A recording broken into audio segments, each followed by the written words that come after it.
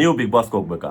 ಅರೆ ಬಿಗ್ ಬಾಸ್ಗ ನಾವಾ? ಅದಂಗೆ ನಾವೆಲ್ಲ ಜನಸಾಮಾನ್ಯರು, ನಾವೆಲ್ಲ ಹೆಂಗೆ ಹೋಗೋಕ್ಕಾಗುತ್ತೆ? ಬಿಗ್ ಬಾಸ್ಗೆ ಹೋಗೋ ಅಂತಾರೆಲ್ಲ ದುಡ್ಡಿರೋ ಅಂಥವ್ರು, ಹೆಸರು ಮಾಡಿದಂಥವ್ರು, ಸ್ವಲ್ಪ ಕ್ರಿಂಜಾಗಿ ಆಡೋಂಥವ್ರು, TRP ಬರೋ ಅಂಥವ್ರು ಅಂತ ನೀವು ಅಂದ್ಕೊಂಡಿದ್ರಲ್ವಾ?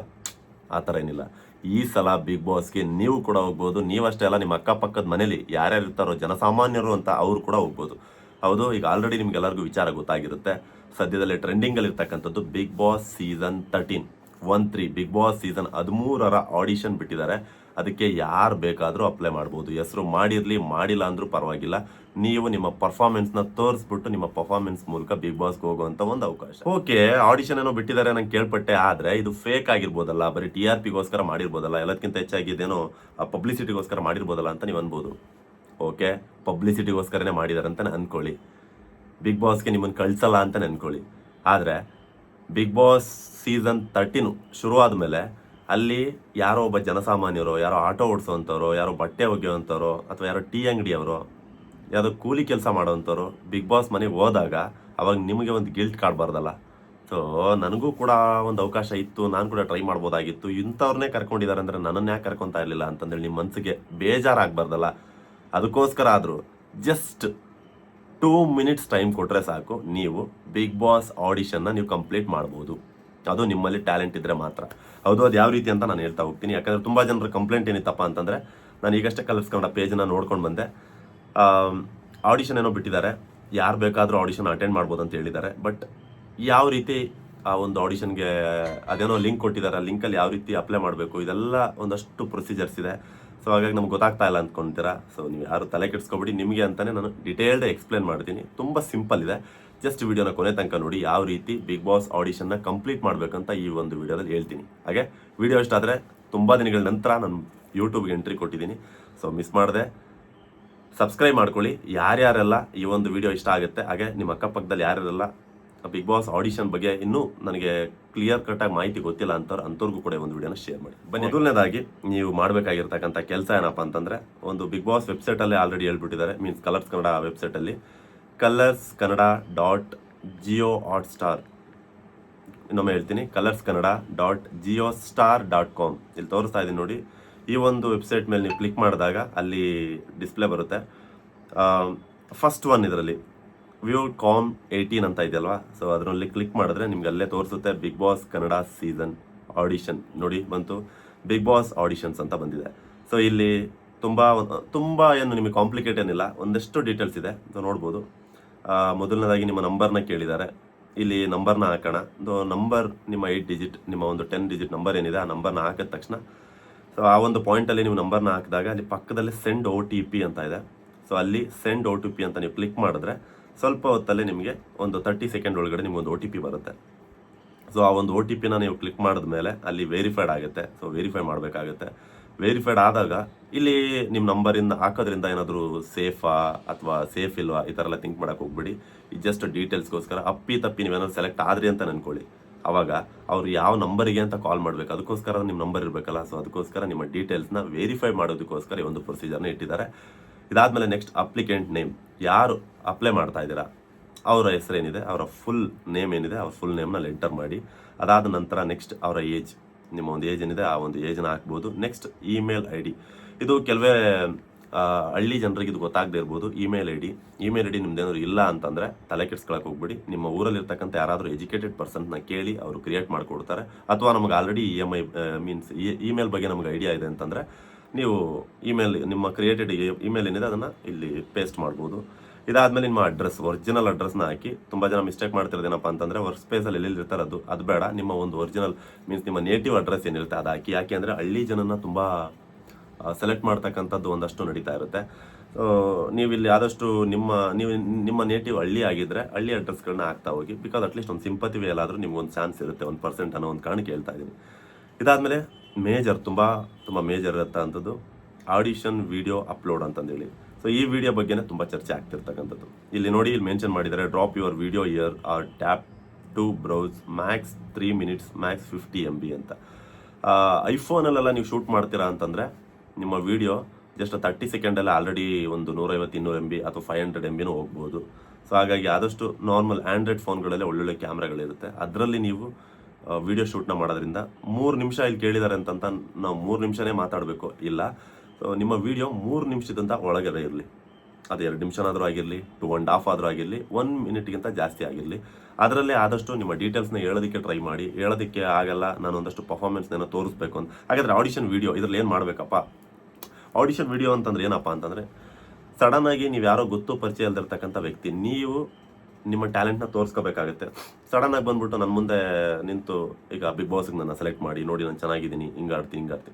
ಅದೇನಿದೆ ನಿಮ್ಮಲ್ಲಿ ಒಂದಷ್ಟು ಇಡನ್ ಟ್ಯಾಲೆಂಟ್ಗಳಿರುತ್ತಲ್ವಾ, ನೀವು ನಗಿಸ್ತಿರೋ, ನಗ್ಸೋದಕ್ಕೆ ಫೇಮಸ್ಸೋ ಅಥವಾ ಆ್ಯಕ್ಷನ್ಗೆ ಫೇಮಸ್ಸೋ, ಯಾವುದಕ್ಕೆ, ಅಥವಾ ನೀವು ಸ್ಪೋರ್ಟ್ಸಲ್ಲಿ ಆ್ಯಕ್ಟಿವ್ ಇದ್ದೀರೋ, ಎಲ್ಲನೂ ಆದಷ್ಟು ಆ ಒಂದು 3 ನಿಮಿಷದ ಒಳಗಡೆ ಆ ಒಂದು ಕೌಂಟ್ ಡೌನಲ್ಲೇ ವೀಡಿಯೋನ ಫಿನಿಷ್ ಮಾಡೋದಕ್ಕೆ ಟ್ರೈ ಮಾಡಿ.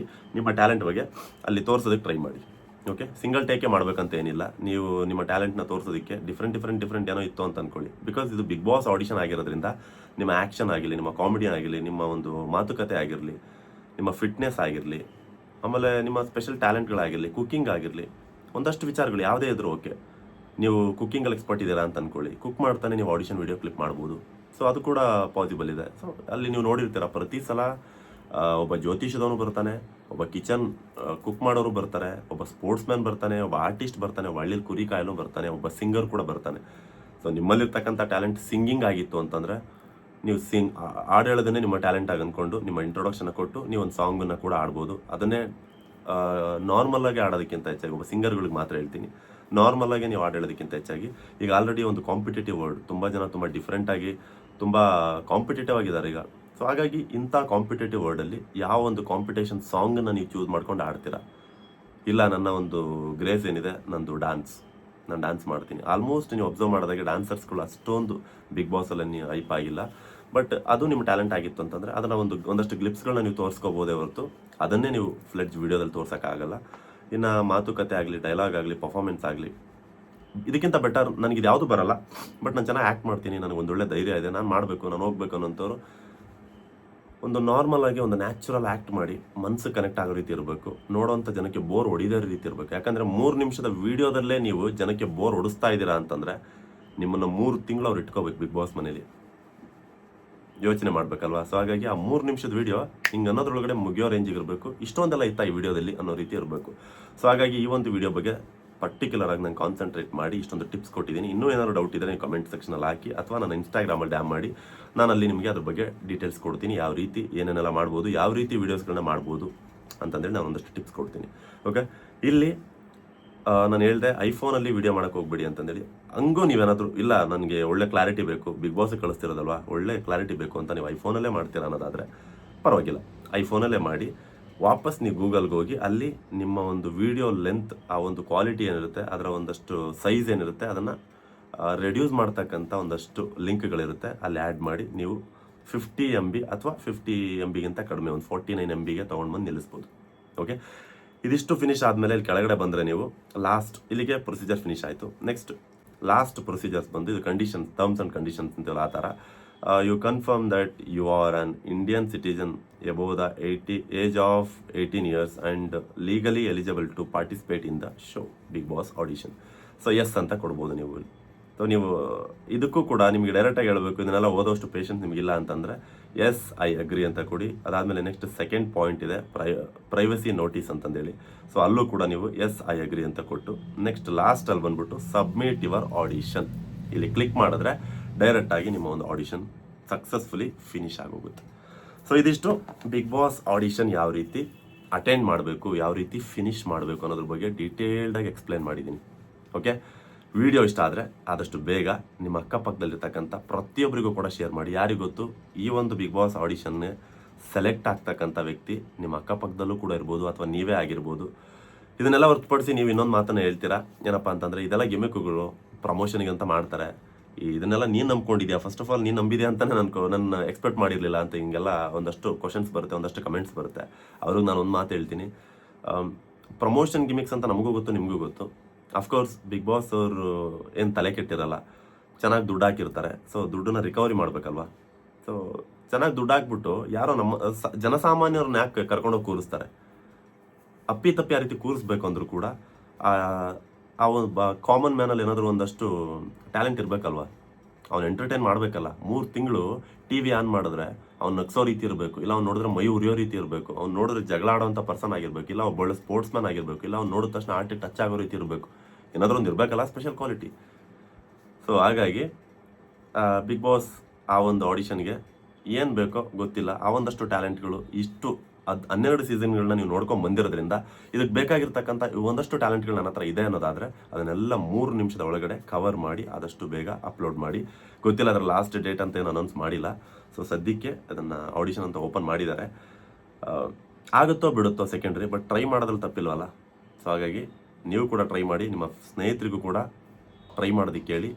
ಪ್ರೊಸೀಜರ್ ಗೊತ್ತಾಗಿಲ್ಲ ಅಂದರೆ ಪ್ರತಿಯೊಬ್ಬರಿಗೂ ಕೂಡ ಒಂದು ವಿಡಿಯೋನ ಶೇರ್ ಮಾಡಿ, ಮರೀದೆ ಪೇಜ್ನ ಫಾಲೋ ಮಾಡ್ಕೊಳ್ಳಿ, ಸಬ್ಸ್ಕ್ರೈಬ್ ಮಾಡ್ಕೊಳ್ಳಿ. Love you all.